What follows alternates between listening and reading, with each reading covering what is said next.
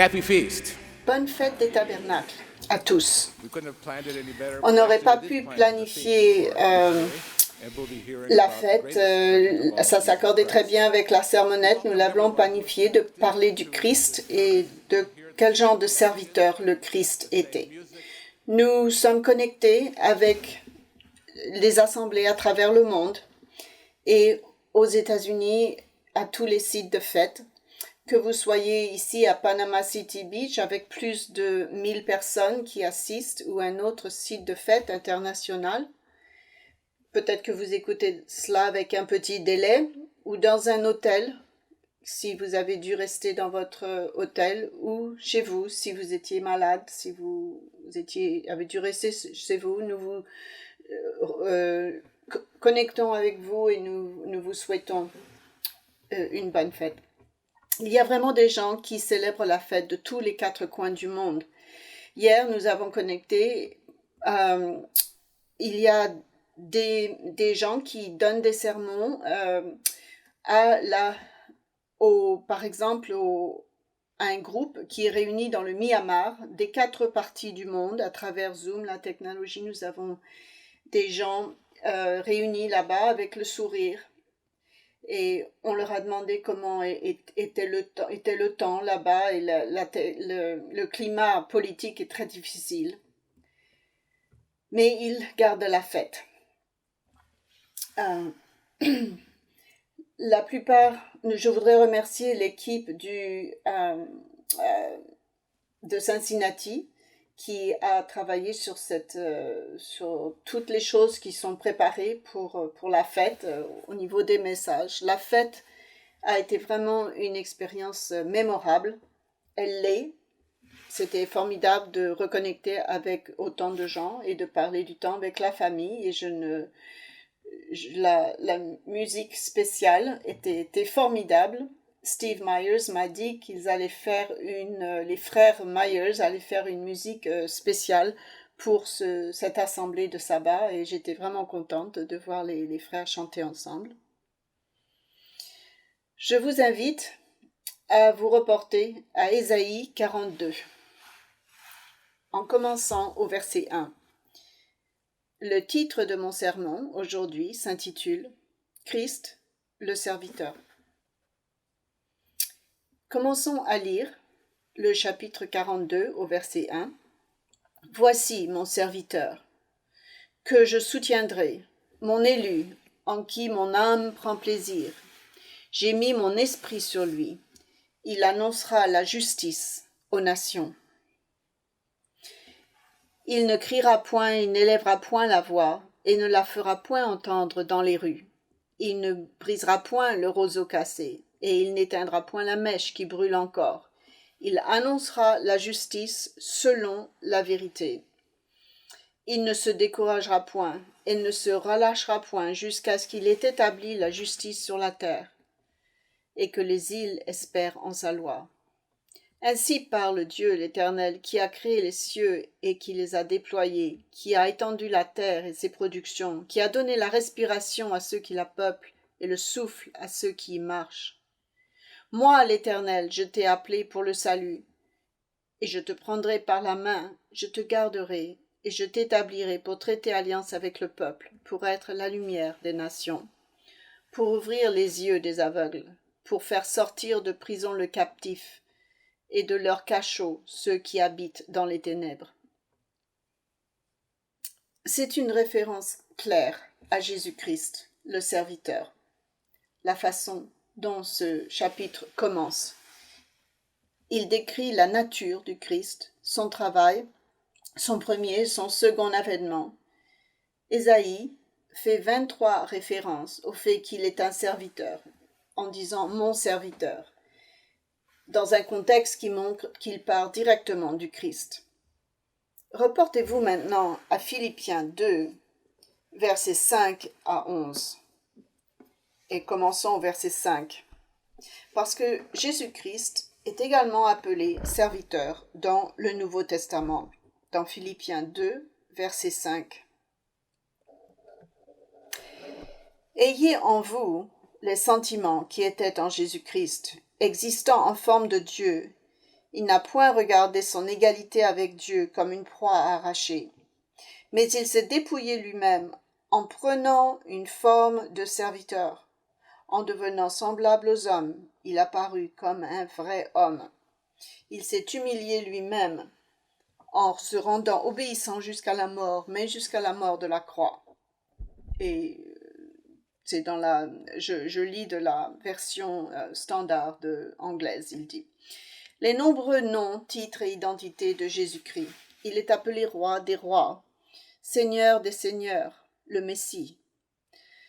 Alpha et Oméga, le pain de vie, le gardien des brebis, Dieu, ô sacrificateur, je suis, Emmanuel, la parole, et il y a plus de 100 autres titres et noms et d'identités pour Jésus-Christ. Et aujourd'hui, je voudrais parler comment le Christ a accompli le rôle de serviteur et ce que cela devrait nous apprendre. À la fête des tabernacles, nous célébrons le triomphant avènement de Dieu sur la terre, sur le royaume de Dieu. Nous avons entendu toutes sortes de sermons là-dessus pendant la fête. Et ce n'est pas fini. Ce sera un monde où le royaume de ce monde deviendra le royaume de notre Seigneur. Mais en même temps, à la même époque, nous voyons cette autre identité de Jésus-Christ. Et c'est cela que je voudrais parler aujourd'hui. Cela est discuté dans la vidéo sermonnette que vous avez vue. Lorsque Jésus-Christ revient, et la période dont il est question ici, c'est quand le Fils de l'homme, dans Matthieu 25, 31, lorsque le Fils de l'homme viendra dans sa gloire. C'est la même période, c'est la résurrection. Avec tous les anges, il s'assiera sur le trône de sa gloire. Et il dit au verset 35, « Car j'ai eu faim, mais vous m'avez donné à manger, j'ai eu soif, et vous m'avez donné à boire, j'ai été étranger, et vous m'avez recueilli. » Pourquoi est-ce que cela était si important? Lorsque le royaume de ce monde sera devenu le royaume du Seigneur, et avec cet événement dans Matthieu 25, l'attention est mise sur quelque chose qui devient une priorité aujourd'hui dans Romains 8, verset 21. Pour autant que nous avons besoin, même si nous avons besoin de réformes politiques et gouvernementales, nous savons que le royaume de Dieu doit venir pour réformer tout ça. Le soulagement pour ce monde souffrant est devenu de plus en plus important parce que le Christ va pas juste régner. Il n'est pas juste venu pour mettre de côté des gouvernements et les remplacer, il est aussi venu pour restaurer et réhabiliter le monde qui est sur le point de s'exterminer. Dans Romains chapitre 8, verset 21, l'apôtre Paul parle de la fin des temps, de la création et du monde entier. Au verset 1, il dit que la création, verset 22 en français, la création tout entière soupire et souffre les douleurs de l'enfantement. Cela explique la transition de ce monde au monde de demain, un nouvel environnement.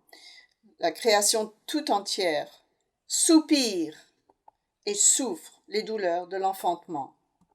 Jusqu'à maintenant, jusqu'à ce jour, ce monde souffre, ce monde essaye et sur sa dernière bouchée d'air. Lorsque Jésus-Christ reviendra, le monde entier aura le statut de réfugié. Des gens désorientés, perdus. Le monde ne sera plus qu'un grand Afghanistan. Le monde aura besoin d'être réparé. Ils auront traversé des fléaux, des guerres, de terrorisme, des catastrophes naturelles, des pertes, des deuils. Des billions d'histoires tristes. Un grand pourcentage des gens sur la terre auront péri, des millions, peut-être des milliards, dans toutes sortes de fléaux et toutes sortes de choses qui vont avoir lieu.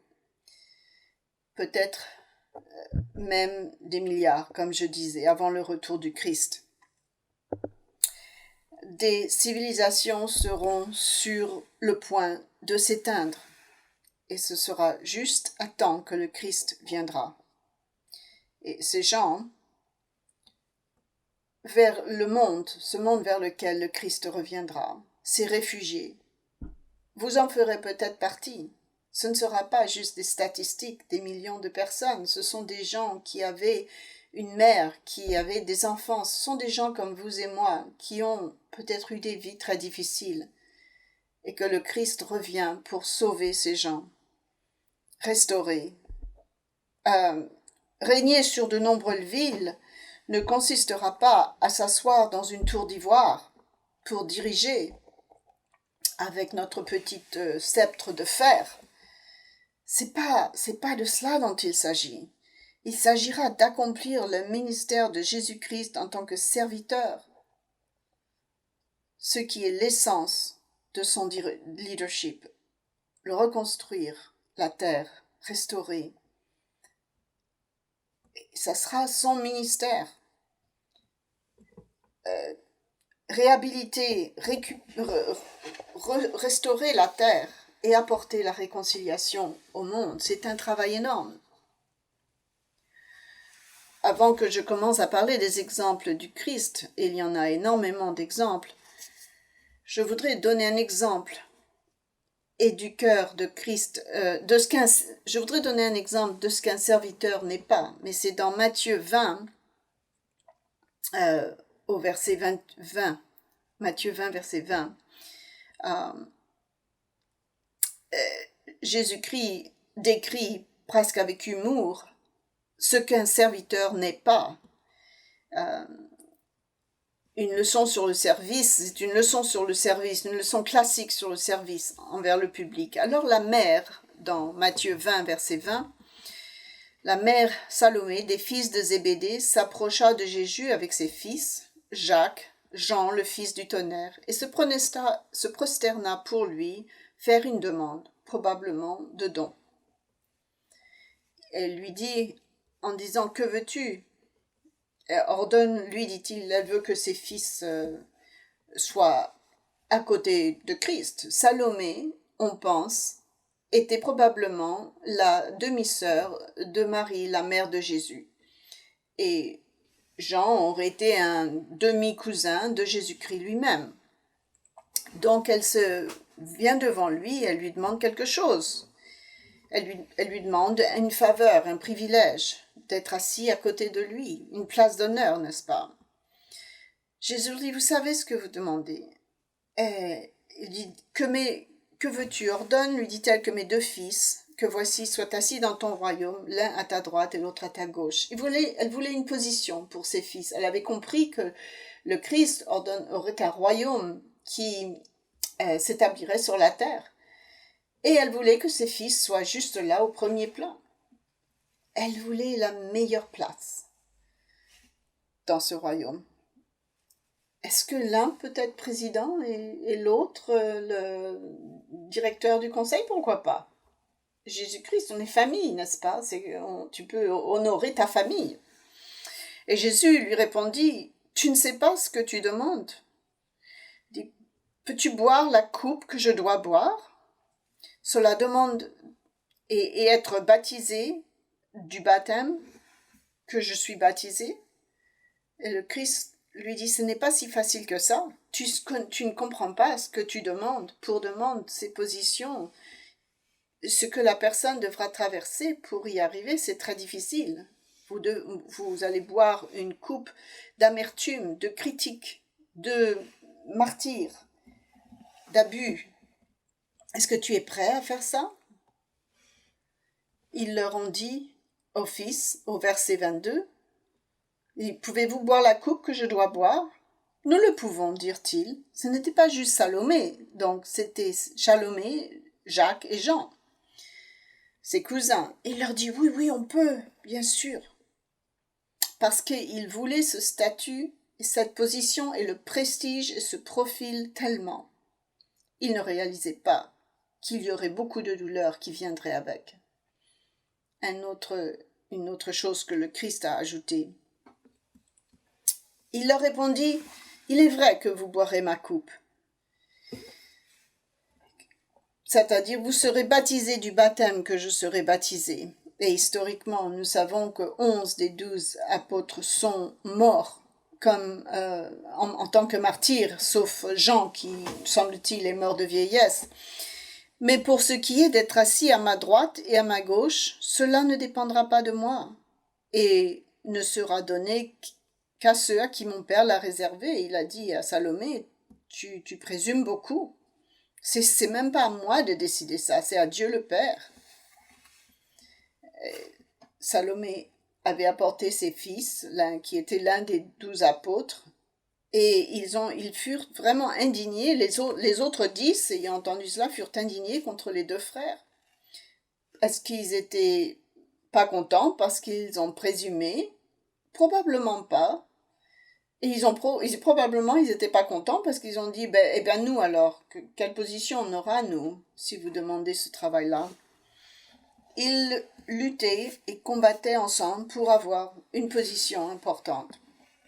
Jésus alors leur enseigne une leçon très importante au sujet du service et sur le fait d'être un serviteur, maintenant et présentement, ici. Au verset 25, Jésus les appela et dit, « Vous savez que les chefs des nations les tyrannisent et que les grands les asservissent. Et ceux qui sont grands, selon le monde, donc, ils font l'exercice d'une certaine autorité oppressante sur les peuples. Mais il n'en sera pas de même au milieu de vous. C'est pas ainsi qu'on traite les gens. Ce n'est pas comme les gentils le font, avec une autorité sans amour. Mais ça ne sera pas ainsi qu'on doit diriger. Mais quiconque veut être grand parmi vous, qu'il soit votre serviteur. Et la personne qui pense qu'il est important, qu'ils ont beaucoup servi et qu'ils ont fait ceci, cela, cela sera expliqué. C'est celui qui servira avec ce cœur pour les gens, plutôt qu'une attitude de contrôle, qu'il soit votre esclave. Quiconque veut être le premier parmi vous, qu'il soit votre esclave. C'est ainsi que le Fils de l'homme est venu non pour être servi, mais pour servir et donner sa vie comme la rançon de beaucoup. C'est l'essence même du cœur de Christ, de la façon dont il a dirigé, la façon dont il s'est considéré lui-même, et l'information et les instructions qu'il a données à ses disciples et qu'il nous donne à nous également. Pour être ce genre de serviteur, ça demande des sacrifices. Cela a été déterminé par Jésus-Christ et Dieu le Père avant la fondation de la terre, du monde. Dans Apocalypse 13, 8, il y a une mention que l'agneau a été immolé dès la fondation du monde. Cela a toujours été son essence, sa nature. Il a été sacrifié. Bien avant que le monde ne soit créé, il y avait un plan qui avait été mis en tête, que Jésus-Christ serait un serviteur et qu'il souffrirait pour l'humanité, pour l'homme qui a été créé à l'image de Dieu et qu'il allait se sacrifier. Ça a toujours été son but, son essence. C'était un serviteur qui se sacrifiait. Ceux qui servent selon Dieu, parce qu'on peut servir avec une attitude moins que désirable, mais ceux qui utilisent leur autorité pour diriger les autres, pour les contrôler, pour obtenir exactement ce qu'ils veulent, ce n'est pas la bonne façon de diriger. Il faut diriger comme le Christ, gentiment, avec amour. Les serviteurs ne sont pas égoïstes. Ils n'insistent pas à voir les choses comme ils le veulent. Ils ne sont pas égoïstes ou repliés sur eux-mêmes. Ils servent sans motif caché. Ils servent pour le bien-être de la personne servie. le sacrifice véritable n'est pas un spectacle, c'est un sacrifice. Nous, en tant que peuple de Dieu et en tant que ministre, nous devons faire preuve de ce type de leadership. Pas quelqu'un qui se met en colère, qui est égoïste mais peu audacieux et qui ne pense qu'à lui, qu'à la façon dont il veut les choses soient faites. Parfois, il y a des gens qui veulent s'élever ainsi et que les gens les suivent.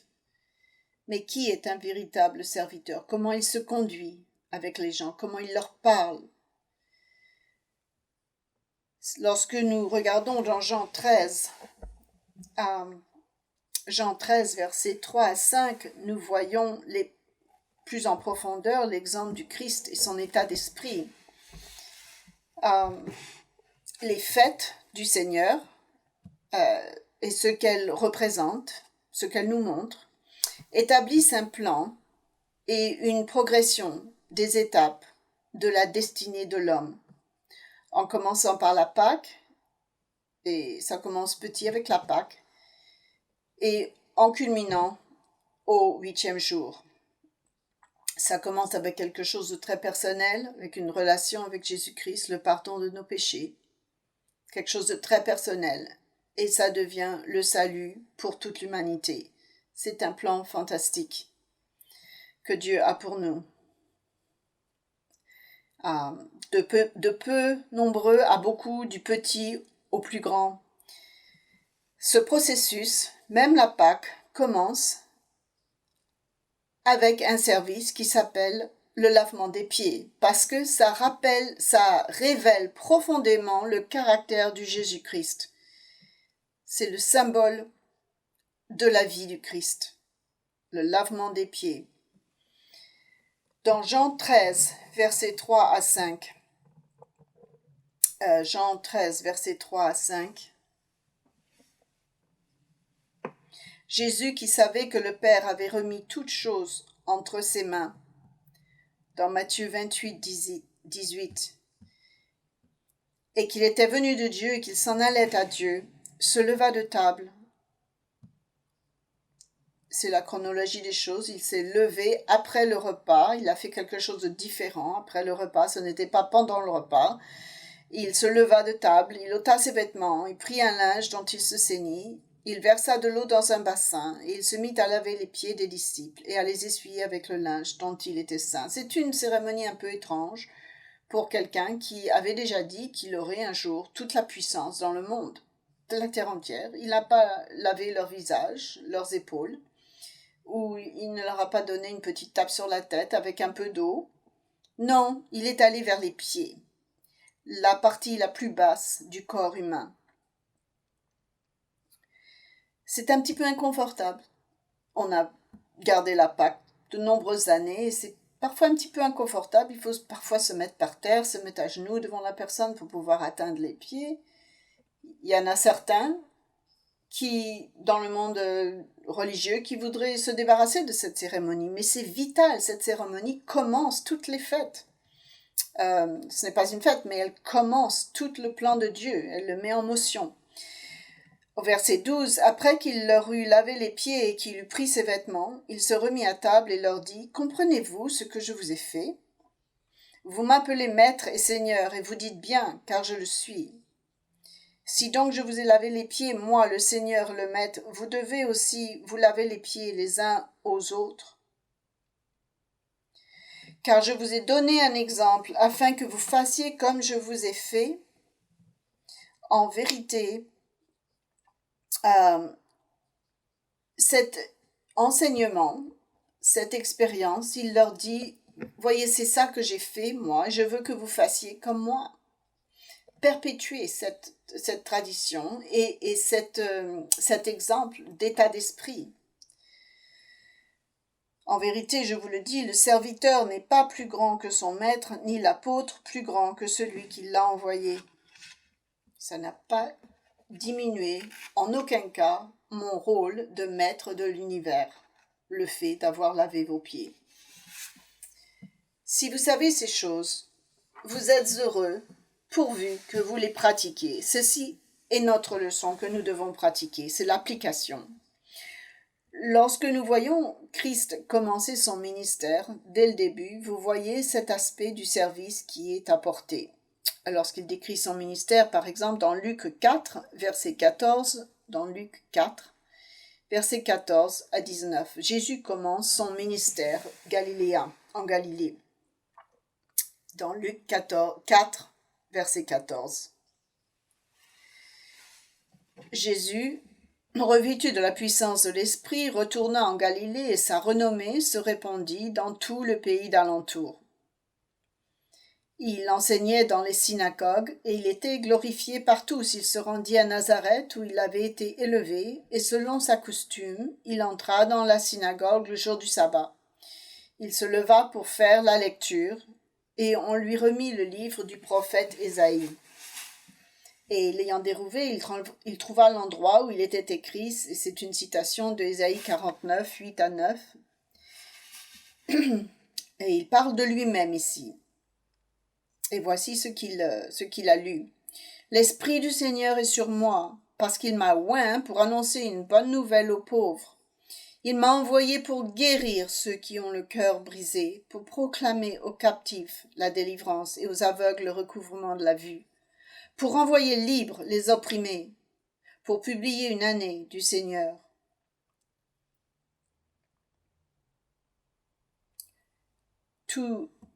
L'une des activités importantes du ministère de Christ, c'est de prendre soin des êtres humains qui l'entouraient.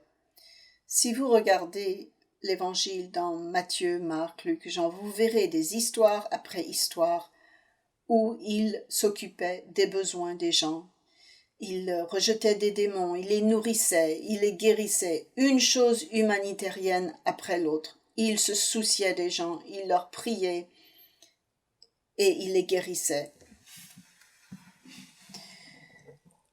Regardons brièvement certains exemples des services du Christ, parce que cela nous dit non seulement ce qu'il a fait, mais qui il était et l'exemple qu'il nous a donné. Nous voyons qu'il avait de la compassion, il était rempli de compassion pour les gens. C'est pourquoi il a fait ce qu'il a fait. Je ne peux pas tout en parler, il y en a trop. Mais parlons de la rencontre du Christ avec un homme qui était paralysé dans Marc 2, verset 3. Dans Marc 2, verset 3. Marc était un jeune homme et il est appelé un auteur qui avait eu beaucoup d'impact par les guérisons dans son évangile. Les miracles du Christ avaient fait tellement une impression sur lui qu'il en a enregistré 10 guérisons spécifiques avec une leçon qui est attachée. Dans Marc 2, verset 3, des gens vinrent à lui amenant un paralytique porté par 4 hommes. Une personne paralysée qui est venue par le Christ, ils ne pouvaient pas l'aborder à cause de la foule, ils découvrirent le toit de la maison où il était, et ils descendirent par cette ouverture le lit sur lequel le paralytique était couché. Jésus, voyant leur foi, dit au paralytique, « Mon enfant, tes péchés sont pardonnés. » Et il s'est levé, et ils étaient... il a dit, tes enfants sont pardonnés. Et afin que vous le saviez, à l'instant, au verset 12, il a sauté au verset 12, il se leva, prit son lit et sortit en présence de tout le monde, de sorte qu'ils étaient tous dans l'émerveillement et glorifiaient Dieu en disant, nous n'avons jamais rien vu de pareil. Et il leur dit, écoutez, nous avons l'histoire d'un sourd que les oreilles ont été ouvertes également. Mais il y a une autre histoire que j'aimerais lire. Il y avait l'histoire de Marc 7, 31, mais celle que je voudrais parler ici, c'est une guérison vraiment étonnante qui a eu lieu le jour du sabbat, qui a apporté Jésus en conflit avec les leaders religieux en imposant de sévères restrictions sur ce qui pouvait être fait le jour du sabbat. Cette histoire nous semble peut-être un peu absurde, mais elles sont enregistrées dans les évangiles, lues sur une main qui a été guérie, et dans Matthieu 12, et ici dans Luc 13, au verset 10, nous trouvons cette autre guérison étonnante. Jésus enseignait dans des synagogues le jour du sabbat, et voici, il y avait une femme possédée d'un esprit qui la rendait infirme depuis 18 ans. Elle était courbée et ne pouvait pas du tout se redresser. Pauvre femme. Elle marchait dans la douleur, elle ne pouvait pas se relever. Elle était courbée. Lorsque Jésus la vit, il lui adressa la parole et lui dit « Femme, tu es délivrée de ton infirmité. » Jésus savait, il avait vu le besoin de cette femme, il a eu la compassion. Il lui a mis les mains, elle l'a guérie. Mais les dirigeants de la synagogue n'étaient pas contents parce que Jésus avait guéri le jour du sabbat. Il avait fait une activité qui avait apporté la guérison et lui a dit, il y a 6 jours où les hommes peuvent travailler, tu ne pourrais pas les guérir ce jour-là, tu ne pourrais pas aller faire du bien un autre jour de la semaine et pas le jour du sabbat. Ils avaient perdu de vue le fait que le sabbat était pour la guérison, le sabbat était pour aider les gens et pour guérir. Ils avaient perdu de vue quelque chose de très important. Le critique est dans un moment de jalousie qu'ils ont eu. Qu'est-ce que le Christ a dit? Il a continué à faire, il a montré un exemple que le jour de sabbat est utilisé pour faire du bien, physique et physiquement parlant et spirituellement. Les autres disaient, il y a 6 jours pour travailler, venez donc faire guérir ces jours-là, et non pas le jour du sabbat, au verset 14. Est-ce que cela a changé l'attitude du Christ à cause des critiques et des persécutions? Non, à cause des gens qui voulaient imposer leur façon de voir sur le maître du sabbat.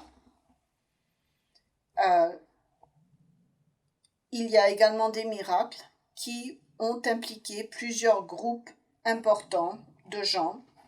Dans Marc 6, verset 34, quand il sortit, Marc 6, verset 34, lorsqu'il sortit de la barque, Jésus vit une grande foule et fut ému de compassion pour eux.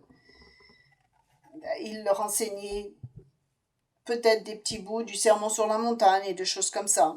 Et les gens étaient intéressés, ils avaient faim et soif de ce qu'il avait à dire. Il a de la compassion pour eux, parce qu'ils étaient comme des brebis qui n'ont point de berger. Et il se mit à leur enseigner beaucoup de choses. Et comme l'heure était avancée, ses disciples s'approchèrent de lui et dirent, « Ce lieu est désert, et l'heure est avancée. Renvoie-les, afin qu'ils aillent dans les campagnes et dans les villages des environs pour s'acheter de quoi manger. » Jésus leur répondit, « Donnez-leur vous-même à manger. » Mais ils lui dirent, « Irions-nous acheter des pains pour 200 deniers et leur donnerions-nous à manger ?» Aujourd'hui, c'est à près de $440 en termes à peu près 350 €. Il leur dit, « Comment avez-vous de pain? » Allez voir, ils s'en assurèrent, lui 5 et 2 poissons. Et il les commanda de les faire tous s'asseoir par groupe sur l'herbe. Et ils s'assirent par rangées de 100 et de 50. Il prit les 5 pains et les 2 poissons, et levant les yeux vers le ciel, il rendit grâce. Puis il rompit les pains et leur donnera aux disciples, afin qu'ils les distribuent à la foule. Il partagea aussi les 2 poissons entre tous. Tous furent mangés et furent rassasiés. Mais il a eu la compassion de ces gens qui étaient venus pour l'entendre, qui le cherchaient, qui cherchaient une signification dans leur vie. Mais ils avaient faim, ils avaient un besoin physique, et il s'en est occupé. Il a eu compassion pour eux et les a servis. Jésus-Christ et sa passion pour les gens l'a également amené à agir et à ressusciter des gens, et a conduit le Christ à d'autres actes de bonté et d'amour, y compris la résurrection des morts. Nous en trouvons un exemple dans Luc 7, versets 11 à 17. Il faisait un travail humanitaire de servir les gens. Il a prêché l'évangile du royaume de Dieu et il s'occupait des besoins des gens. La faim, la soif, les problèmes mentaux, ce désir d'aider les gens dans le besoin, Il y a beaucoup d'exemples pour le Christ dans 1 Corinthiens chapitre 16. 1 Corinthiens 16, il y avait une collecte en faveur des saints qui avait été faite à Jérusalem. Il y avait une famine à Jérusalem. Et l'apôtre Paul, d'un seul coup, s'est trouvé en train d'organiser une collecte de fonds, une collecte pour la nourriture de frères en Judée. Ils avaient faim, il y avait une famine à Jérusalem. Et il dit, pour ce qui concerne la collecte en faveur des saints, vous voyez, il en est question aussi à Galatie, ça a impliqué deux continents, l'Asie mineure et l'Europe. Ils étaient à Corinthe et à Rome, en Macédonie, et ils faisaient une collecte à travers vraiment plusieurs parties du monde. C'était compliqué à organiser, surtout à cette époque-là. Et que chacun de vous, le premier jour de la semaine, mette à part chez lui ce qu'il pourra, selon sa prospérité, afin qu'on n'attende pas mon arrivée pour recueillir les dons. Le contexte, c'est Romains 15, je vous donne le verset 28. C'est une collection pour la nourriture, de contribution. Certains disaient c'était pour peut-être de l'argent aussi, pour si la nourriture ne pouvait pas être transportée, mais c'était pour des gens qui étaient dans la détresse. Mais l'histoire continue dans 2 Corinthiens, chapitre 8, au verset 1. Il dit, « Nous vous faisons connaître, frères, la grâce de Dieu qui s'est manifestée dans les églises de la Macédoine. » Il écrit aux Corinthiens, l'église du Sud, concernant le travail qui était fait dans le Nord, dans les églises plus pauvres de la Macédoine. À travers la grande épreuve de leur affliction, leur joie débordante et leur pauvreté profonde ont produit avec abondance de riches libéralités de leur part. Les églises du Sud avaient fait une contribution, les églises du Nord avaient fait une grande contribution pour les églises en Judée. Dans 2 Corinthiens 9, il dit, nous utilisons souvent ce passage lors des offrandes des jours saints également. Au verset 2, dans 2 Corinthiens 9, 1, « Il est superflu que je vous écrive touchant l'assistance destinée aux saints. Je connais en effet votre bonne volonté, dont je me glorifie auprès des Macédoniens. » C'était un port sur la mer.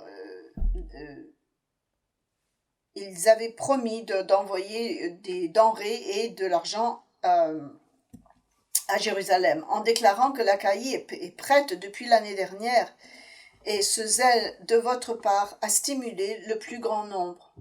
Donc, le fait que les gens en Macédoine étaient prêts et en Achaïe étaient prêts à donner de façon généreuse avait vraiment encouragé les autres à donner beaucoup plus également.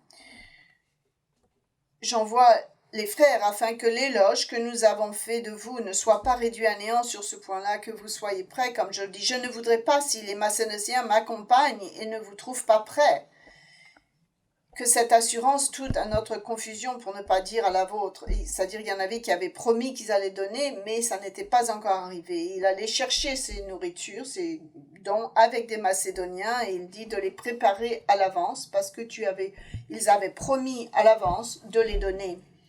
Et là, Paul venait les chercher, il leur dit de les collecter à l'avance. J'ai donc jugé nécessaire d'inviter les frères à se rendre auparavant chez vous et à s'occuper de votre libéralité déjà promise. Il l'avait promis qu'il donnerait, afin qu'elle soit prête de manière à être une libéralité et non un acte d'avarice.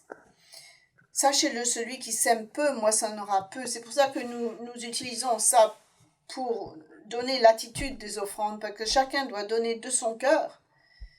Parce que Dieu aime celui qui donne avec joie, celui qui regrette, qui ne veut pas donner, qui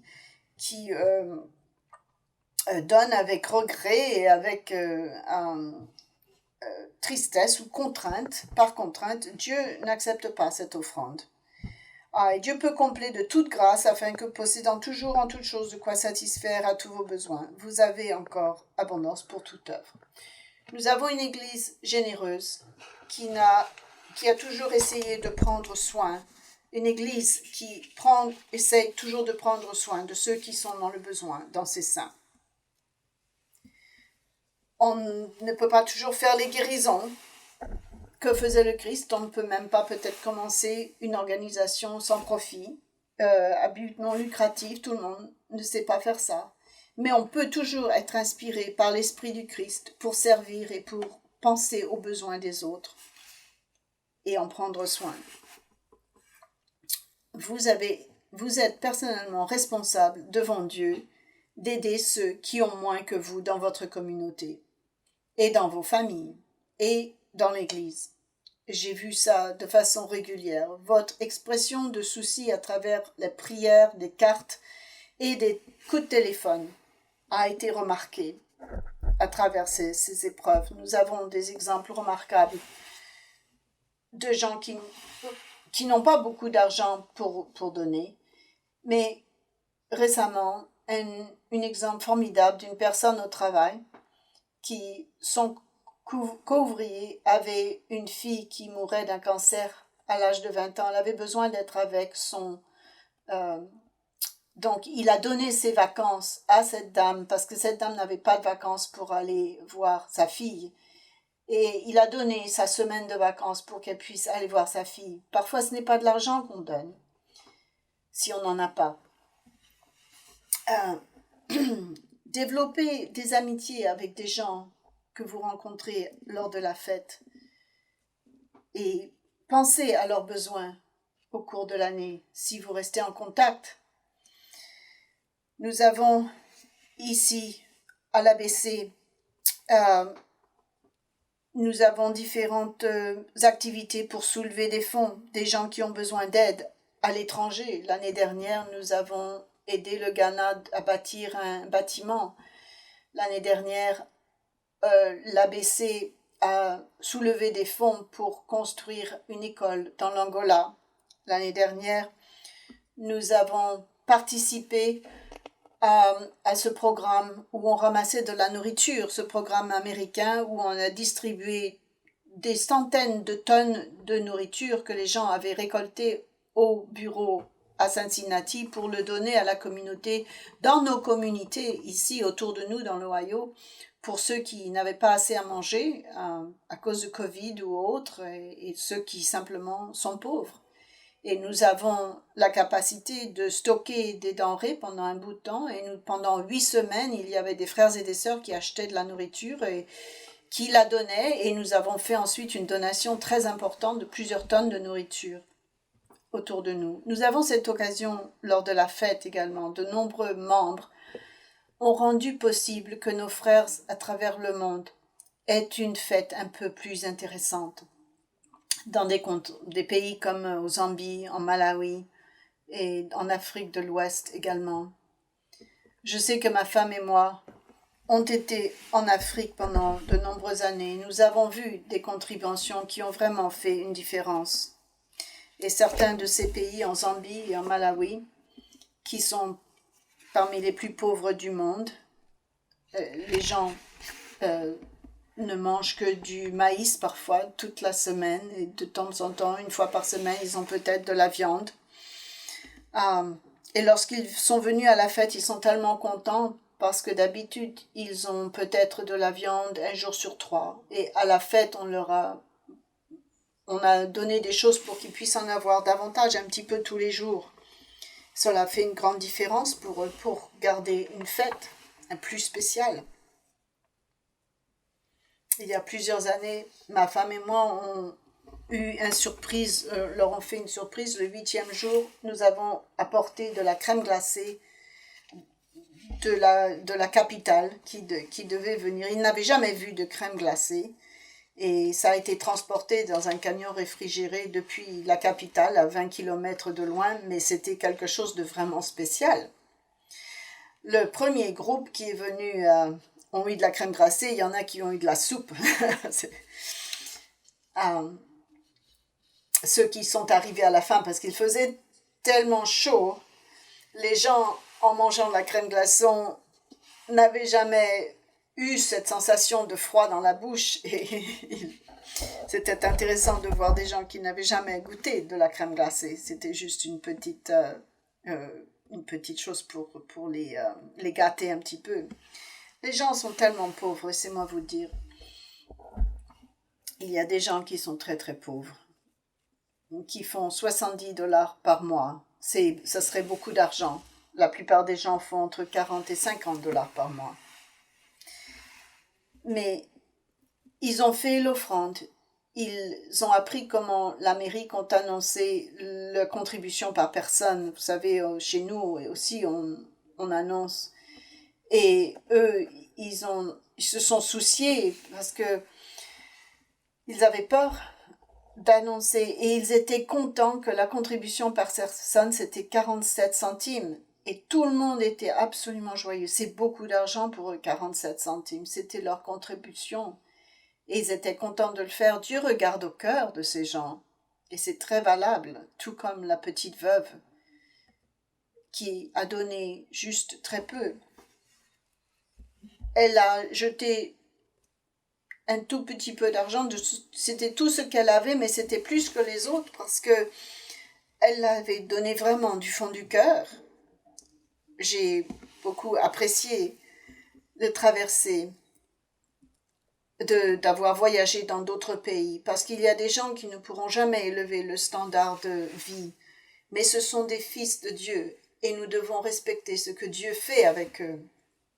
À travers grâce à Good Works et l'AFNET, nous avons une histoire d'aider les gens depuis 22 ans, une diversité de personnes et de besoins dans les domaines de la santé, de la sécurité alimentaire, de l'eau. Nous avons eu des famines. Nous avons de l'éducation également, d'apporter de l'eau potable. C'est très important. Nous avons bâti plusieurs puits. Nous avons apporté des bourses pour plusieurs personnes afin qu'ils continuent et qu'ils aillent au collège et qu'ils restent dans leur pays et qu'ils aient de l'espoir, qu'ils puissent travailler. Et nous avons aussi fourni des bons endroits pour se rencontrer. Pourquoi est-ce qu'on fait cela? Parce que vous faites preuve de compassion, parce que nous devons avoir de la compassion et qu'on le fait pour Jésus-Christ, alors qu'on le fait pour eux, on le fait pour Jésus-Christ. Et on donne un exemple de générosité. Dans Jacques 2, chapitre 14, quelle est la vraie religion? Est-ce que c'est connaître la théologie de la Bible et les prophéties et tous les détails techniques et académiques de la Bible et d'avoir beaucoup de connaissances bibliques?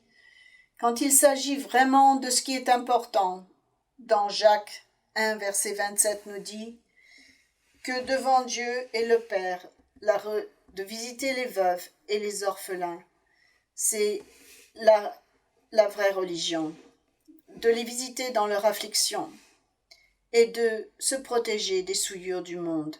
Voici la religion pure et sans tache. Elle consiste à visiter les orphelins et les veuves dans leurs afflictions. Jésus va nous donner beaucoup de travail pour rebâtir ce monde, pour réconcilier ce monde. Notre entraînement vient de la compassion d'aider les gens qui sont vulnérables. La Bible particulièrement parle dans l'Ancien et le Nouveau Testament de se soucier des veuves parce qu'elles sont vulnérables et des orphelins et des gens qui ont besoin d'aide. Et ensuite, dans 1 Jean 3, verset 16, nous lisons quelque chose d'important. J'aime beaucoup Jean 3,16 également, mais 1 Jean 3,16. Nous avons connu l'amour en ce qu'il a donné sa vie pour nous. Nous aussi, nous devons donner notre vie pour les frères. Si quelqu'un possède les biens du monde et que, voyant son frère dans le besoin, il lui ferme ses entrailles, comment l'amour de Dieu demeure-t-il en lui? Est-ce que nous avons l'attitude de la compassion? Je remercie et ce que l'Église a pu faire individuellement et dans certaines congrégations et des membres individuels qui ont servi. Mais il y a aussi un entraînement dont nous avons besoin. Et comment on se traite les uns les autres. Est-ce qu'on prend un intérêt dans les autres personnes? Est-ce qu'on pose des questions sur eux, comment ils vont? Des gens qu'on connaît un peu moins, peut-être. Parce que pour le service, il ne s'agit pas de vous, ce n'est pas d'être important. Le service, c'est pour les gens que vous servez. Est-ce que vous pouvez dire une parole gentille, un compliment? Des gens qui vous aident. Il y a des gens qui ont tellement besoin d'un petit compliment. J'aimerais bien que quelqu'un pourrait me dire quelque chose de gentil. Ou bien est-ce que vous leur criez après s'ils font une erreur dans la façon dont ils vous aident ou quelque chose? Je pense qu'on devrait mettre l'accent sur dire des gentillesses, faire preuve de gentillesse. Il y a des gens qui disent « J'aime l'humanité ». Je n'aime pas juste être autour de certaines personnes. Ils pensent en termes très généraux, en termes théoriques de l'humanité. Mais quand il s'agit de vraiment servir, nous devons apprendre d'aimer les gens autour de nous. Combien de gens avez-vous parlé ici? Est-ce que vous leur avez posé des questions sur comment est-ce qu'ils sentent? Ou est-ce que vous avez juste parlé aux gens que vous connaissez? Ou est-ce que vous aimez juste parler de vous-même? Il y a des gens qui parlent surtout d'eux-mêmes. Les gens aiment parfois entendre le son de leur propre nom. Alors que je suis plus vieux, je ne me souviens pas toujours les gens des noms. Je me souviens des visages, mais le nom des gens, parfois, ça m'échappe. J'aimerais pouvoir me souvenir davantage du nom des gens dans les conversations. Les gentillesses de chaque jour qu'on pratique ne sont parfois jamais vues par le public, par les autres. C'est moi voir ça. J'ai assisté à 2 funérailles récemment, avant la fête. L'un d'entre eux, c'était Glenn Critch de Cincinnati et Ken Martin en Georgie. Les tribus, ce qui a été dit sur eux, sur les gens qui ont parlé après. Sa personne a fait ça, elle m'a fait cette bonne action, elle a fait toutes ces choses pour moi et c'est ressorti après que la personne est morte. Quelle personne pleine d'amour et de tout ce qu'il faisait pour les gens qu'on ne savait pas. Mais c'est tout sorti quand ils sont morts.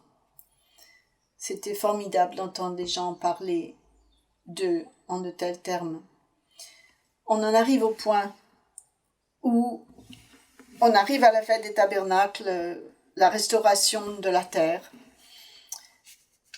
Et ce qui est important, c'est de prendre soin des gens. Reportez-vous à Ésaïe, chapitre 58. Ésaïe 58, au verset 10, parce que ce passage est un message sur le fait de prendre soin des gens dans un monde dévasté qui devra être restauré. J'aime beaucoup ce passage dans ce contexte ici.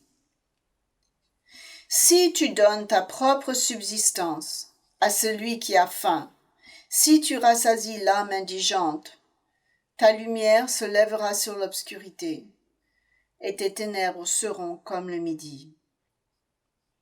Si tu étends ton âme indigente, si tu donnes de ta propre substance à celui qui a faim. Il a été dit qu'un homme qui a faim ne peut rien entendre. On va traiter avec des gens comme ça, qui auront d'abord faim. Il faudra d'abord les nourrir avant qu'ils puissent même fonctionner, qu'ils puissent écouter ce qu'on a à dire sur la loi de Dieu. Il faudra d'abord les rassasier physiquement.